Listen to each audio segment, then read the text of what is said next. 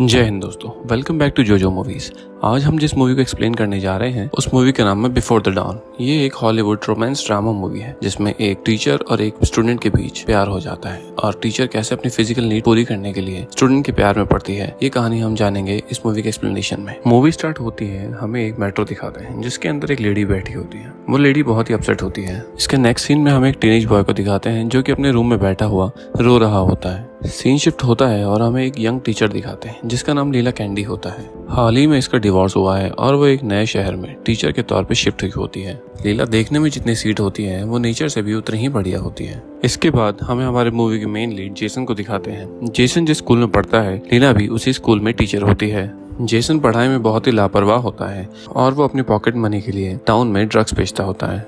Jason की family में उसके मॉम, डैड और उसकी एक छोटी बहन होती है। जेसन के माँ बाप उसे पढ़ाना चाहते हैं लेकिन जेसन हमेशा उनकी बातों को इग्नोर करता है और अपना इलीगल काम जारी रखता है। आज लीला का स्कूल में फर्स्ट डे होता है और वो बहुत ही स्वीट नेचर की होती है, इसीलिए वो सभी स्टूडेंट से प्यार से बात करती है। उसके नेचर की वजह से लीला अपने स्कूल में बहुत ही फेमस हो जाती है। अब स्कूल के बाद जेसन और उसके फ्रेंड्स बाहर बैठ के सिगरेट पी रहे होते हैं और वो स्कूल की नई टीचर लीला के बारे में भी बात कर रहे होते हैं।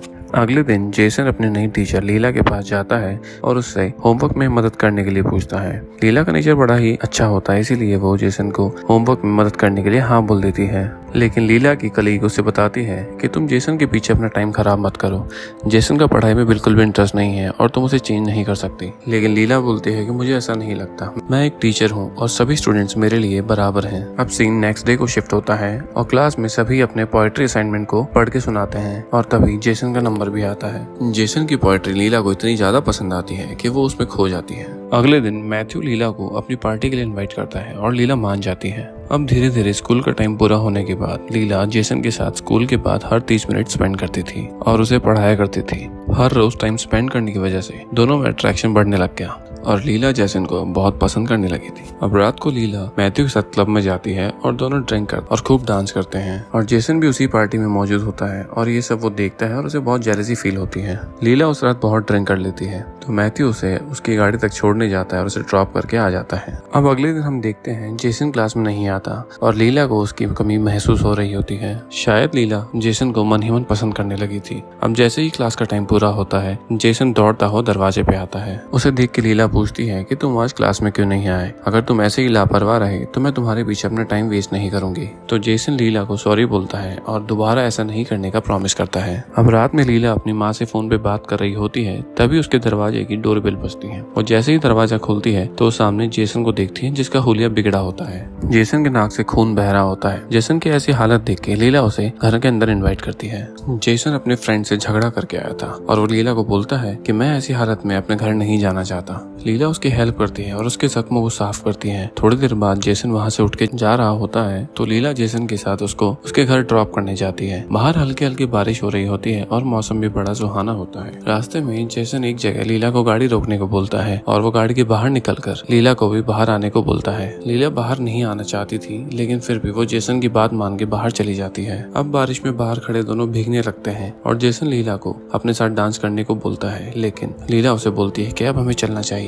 अब जेसन लीला के करीब आता है और वो उसे टच करने लगता है लेकिन लीला जेसन से दूर हो जाती है और गाड़ी में जाके बैठ जाती है। अब वो जेसन को गाड़ी में लेकर उसके घर ड्रॉप करने जाती है और वहाँ गाड़ी रोक के वो उसे समझाते हुए बोलती है कि मैं तुम्हारी टीचर हूँ और तुम मेरे स्टूडेंट हो। आज की बात कुछ ज्यादा ही आगे निकल गई है लेकिन अब आज के बाद ऐसा कुछ नहीं होगा। एक तरफ लीला जेसन को पसंद करती थी लेकिन मन ही मन उसे गिल्टी भी फील हो रही थी क्योंकि जेसन उससे उम्र में छोटा था और उसका स्टूडेंट भी था। जेसन लीला की बातों पे कोई रिएक्शन नहीं देता और गाड़ी से उतर के वो अपने घर चला जाता है। अगली सुबह जब जेसन क्लास में आता है तो लीला उसकी तरफ देखती भी नहीं और उसे इग्नोर करती है और उसी शाम लीला मैथ्यू के साथ फिर से क्लब में जाती है और वहाँ जेसन भी आया होता है। मैथ्यू लीला को मन ही मन पसंद करता था और ये बात लीला भी जानती थी। मैथ्यू ने लीला को अभी तक प्रपोज नहीं किया था। थोड़ी देर बाद लीला बाथरूम में जाती है और जेसन भी उसके पीछे बाथरूम में चला जाता है। जेसन वहाँ जाके लीला को किस करने लगता है और लीला उसे रोकती नहीं बल्कि उसका साथ देने लगती है लेकिन अचानक अगले ही पल वो उसे दूर कर देती है और वहाँ से वो चली जाती है। जेसन की इस हरकत की वजह से वो थोड़ी घबरा जाती है और वो मैथ्यू के पास जाके उसे बाय बोल के अपने घर निकल जाती है और फिर वहाँ पीछे से सारा आती है और मैथ्यू के पास बैठ जाती है और वो मैथ्यू को बताती है कि जेसन हमेशा लीला के आगे पीछे घूमता रहता है कुत्ते की तरह और ये बात मैथ्यू को अच्छी नहीं लगती और ये बात मैथ्यू बहुत ज्यादा सीरियस ले लेता है। लीला अपने घर चले जाती है और वहाँ पीछे से जेसन भी आ जाता है और जेसन उसका दरवाजा खटखटाता है। अब ना चाहते हुए भी लीला को घर का दरवाजा खोलना पड़ता है और दरवाजा खोलते ही लीला जेसन को डांटती है और समझाती है कि हमें ये सब रोकना होगा, ये सब सही नहीं है। लेकिन जेसन लीला के धीरे धीरे पास आता जाता है और वो उसे समझाता है कि ये सब जो वो कर रहे हैं वो सब गलत नहीं है, और जेसन आगे बढ़कर उसको किस करने लगता है। अब लीला भी अपने आप को रोक नहीं पाती है और वो उसका साथ देने लगती है। इसके बाद वो लोग एक दूसरे को अनड्रेस करके इंटीमेट हो जाते हैं और सुबह उठ के लीला जेसन से बोलती है कि हमारे बीच रात जो कुछ भी हुआ वो तुम किसी से नहीं शेयर करोगे और किसी को नहीं बताओ। इस बात पे जेसन बोलता है ठीक है, और साथ में ही लीला बोलती है कि आज के बाद हम ये सब नहीं करेंगे। लेकिन जेसन उसकी बातें हंसते हुए टाल देता है।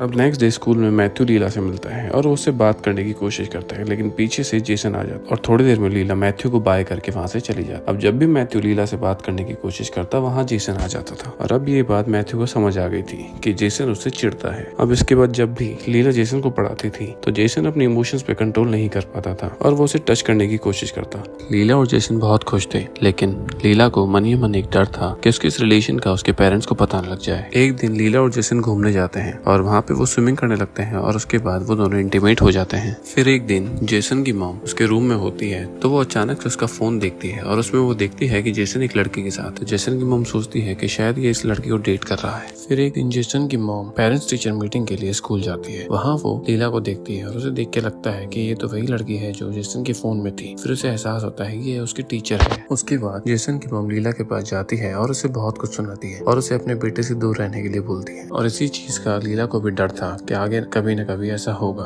फिर जेसन की माँ घर जाती है और जेसन को भी बहुत सुनाती है और उसे लीला से दूर रहने के लिए बोलती है। जेसन ये सब सुन के गुस्से में घर से चला जाता है। उसके बाद जेसन सीधा लीला के घर जाता है और वो जैसे ही एंटर करता है तो लीला उसे एंटर करने को मना कर देती है और बोलती है कि तुम्हें यहाँ से चले जाना चाहिए, और जेसन वहाँ से चले जाता है। थोड़ी देर बाद लीला के घर की बेल बजती है और नीचे से एक लेटर पास होता है। लेटर में जेसन ने लिखा होता है कि वो उससे दूर नहीं रह सकता और उससे बहुत प्यार करता है, और गेट खोलते ही जेसन सामने हो। फिर लीला गेट खोलती है और जेसन अंदर आके उसे हग और किस करता है। उसके बाद जेसन लीला से बोलता है कि हम ये शहर छोड़ के चले जाएंगे और यहाँ से भाग जाएंगे। तभी लीला बोलती है कि ठीक है, मैं उसके बारे में सोचूंगी। फिर अगले दिन जेसन और लीला कॉलेज में मिलते हैं। तभी उन्हें बात करते हुए मैथ्यू देख लेता है। मैथ्यू मन ही मन बहुत गुस्सा होता है। फिर उसी रात जब लीला ऑफिस में काम कर रही होती है तभी मैथ्यू वहाँ आता है और लीला के साथ जबरदस्ती करने लग जाता है और लीला उसे खूब मना करती है। फिर उसी रात लीला घर जाती है और जेसन से मिलती है। जेसन उसे रोते हुए देखता है तो पूछता है क्या हुआ। फिर लीला उसे सारी बात बताती है कि मैथ्यू ने उसके साथ जबरदस्ती करने की कोशिश करी। इस बात पर गुस्सा होकर जेसन अगले दिन मैथ्यू पे हाथ उठाता है और इसी जुर्म में पुलिस उसे पकड़ के ले जाती है,